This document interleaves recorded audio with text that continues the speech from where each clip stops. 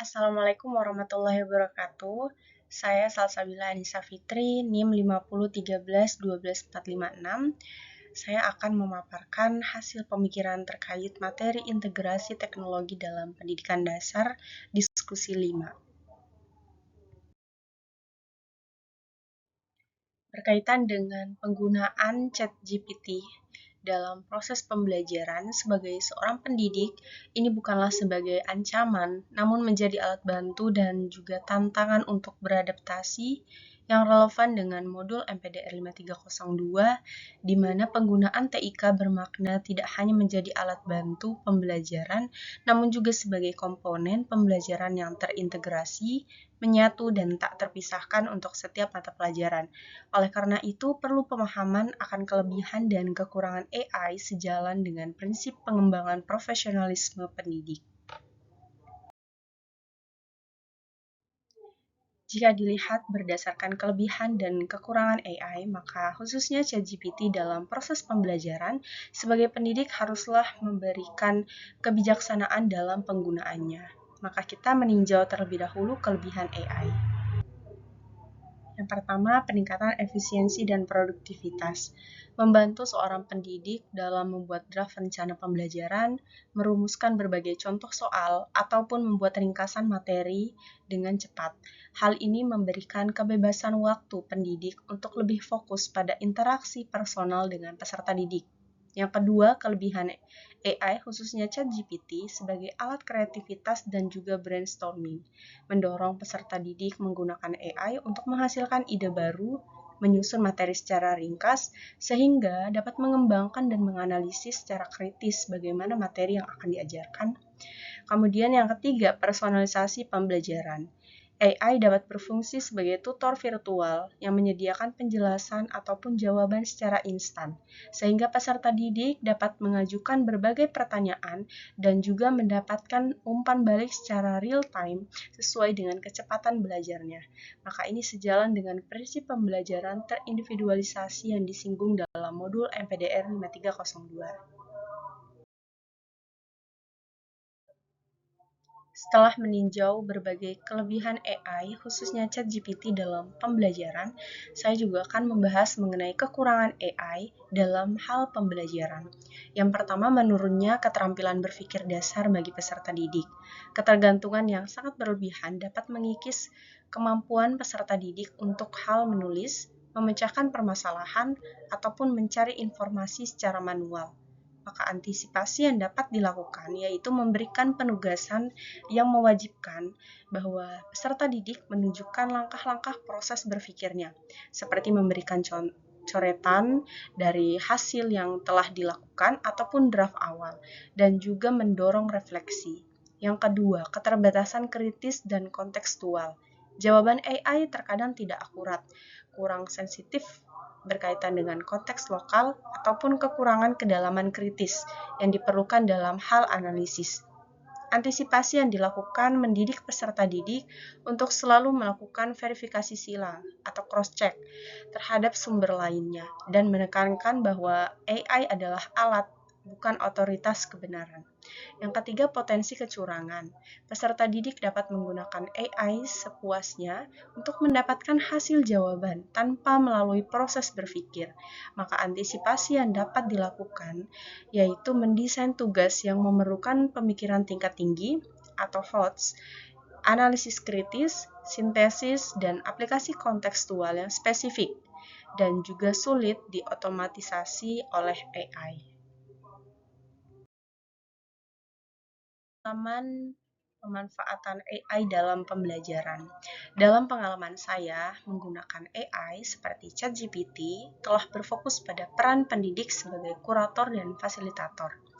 Yang pertama, membantu merancang asesmen. Saya menggunakan AI untuk menghasilkan beberapa variasi soal ataupun skenario studi kasus.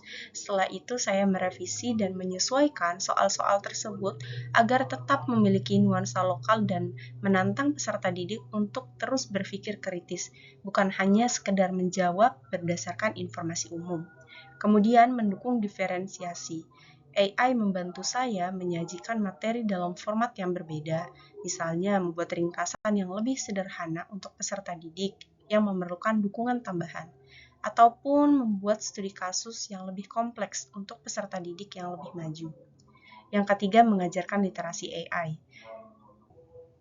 Saya secara eksplisit memperkenalkan AI kepada peserta didik dan mengajarkan mereka etika penggunaan AI, serta cara merumuskan prompt yang efektif untuk mendapatkan hasil terbaik, sekaligus mengajarkan bagaimana mengidentifikasi bias atau ketidakakuratan dalam output AI.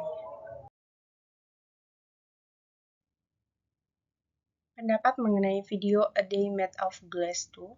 Video A Day Made of Glass 2 Same Day Expand Corning Vision dari Corning adalah sebuah karya visioner yang menggambarkan bagaimana teknologi kaca canggih dapat berintegrasi secara mulus dan intuitif ke dalam kehidupan sehari-hari.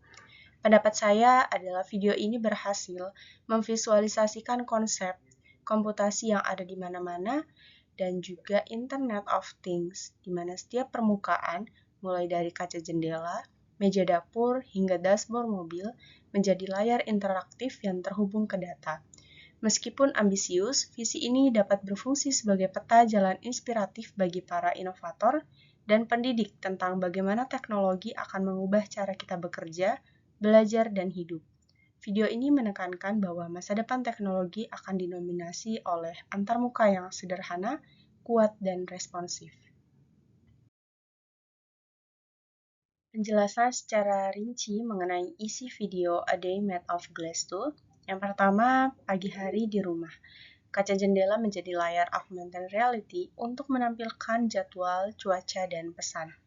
Teknologi yang sudah ada ataupun kita manfaatkan pada saat ini yaitu smart mirror dan smart home, di mana kaca atau layar di kamar mandi atau dapur yang menampilkan informasi dikontrol suara dan terhubung ke kalender digital. Yang kedua, perangkat mobile, penggunaan smartphone dan tablet yang kuat dengan kaca yang tahan lama.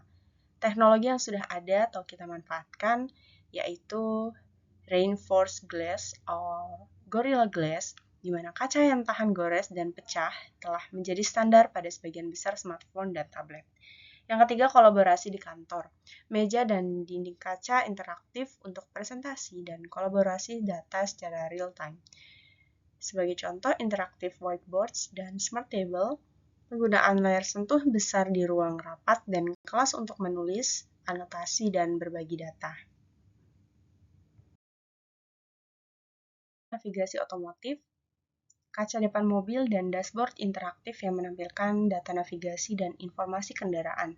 Teknologi yang sudah dimanfaatkan yaitu in-vehicle infotainment, di mana dashboard berbasis touchscreen dan teknologi heads-up display yang memproyeksikan informasi ke kaca depan. Selanjutnya, kesehatan dan data. Monitoring kesehatan yang terintegrasi di permukaan kamar mandi ataupun perangkat. Teknologi yang sudah kita manfaatkan yaitu wearable technology, sebagai contoh smartwatch dan perangkat pelacak kesehatan yang memonitor detak jantung, pola tidur, dan aktivitas fisik lainnya. Pendidik dalam menghadapi kemajuan teknologi. Kemajuan teknologi yang pesat seperti yang tergambar dalam video tidak dapat dihindari. Peran pendidik haruslah bergeser dari yang menyampaikan pengetahuan menjadi fasilitator, kurator, dan pelatih keterampilan masa depan. 3 pilar utama yang dapat dipersiapkan saya sebagai seorang pendidik. Yang pertama, pengembangan kompetensi digital dan pedagogi baru. Dengan penerapan blend atau hybrid learning, saya bisa mempersiapkan diri untuk merancang pengalaman belajar yang memadukan keunggulan interaksi tatap muka dengan fleksibilitas dan sumber daya digital. Kemudian yang kedua, penguasaan tools kolaborasi. Mengajarkan peserta didik tidak hanya cara menggunakan perangkat, namun berkolaborasi secara digital menggunakan share screen, merefleksikan kolaborasi di meja kaca interaktif dalam video. Kemudian literasi AI, mendidik peserta didik tentang etika, potensi, dan keterbatasan teknologi baru seperti AI, khususnya ChatGPT, agar mereka dapat menggunakannya sebagai asisten belajar yang kritis dan bukan sebagai pengganti proses berpikir. Yang kedua, fokus pada keterampilan abad ke-21 di masa depan yang serba otomatis dan interaktif, maka keterampilan kemanusiaan akan menjadi pembeda utama. Saya akan lebih berfokus pada berpikir kritis dan kreativitas. Ketiga, menginternalisasi prinsip pembelajaran sepanjang hayat. Sama seperti teknologi kaca dalam video yang terus berevolusi, pengetahuan dan keterampilan yang relevan akan selalu berubah. Maka, saya harus secara aktif menunjukkan kepada peserta didik bahwa saya juga terus belajar dengan teknologi baru, sehingga menanamkan pola pikir bahwa kemampuan untuk belajar hal baru dengan cepat adalah keterampilan yang paling penting. Yang kedua, pengembangan diri berkelanjutan, mengikuti berbagai pelatihan dan sertifikasi yang relevan dengan perkembangan teknologi pendidikan, sehingga memastikan bahwa metode pengajaran saya selalu relevan dengan lingkungan digital yang pesat. Berdasarkan pemaparan yang sudah saya jelaskan, dapat disimpulkan bahwa teknologi kecerdasan buatan atau artificial intelligence menjadi bagian yang tidak terpisahkan dari kehidupan manusia modern.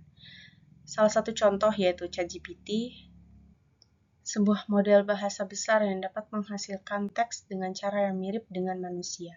Adanya teknologi ChatGPT memberikan kesempatan untuk menggunakan chatbot AI bagi pendidikan di Indonesia, khususnya untuk mengembangkan keterampilan atau skill siswa yang dibutuhkan di abad ke-21. Sekian penjelasan dari saya terkait dengan materi yang ada dalam diskusi 5. Terima kasih. Wassalamualaikum warahmatullahi wabarakatuh.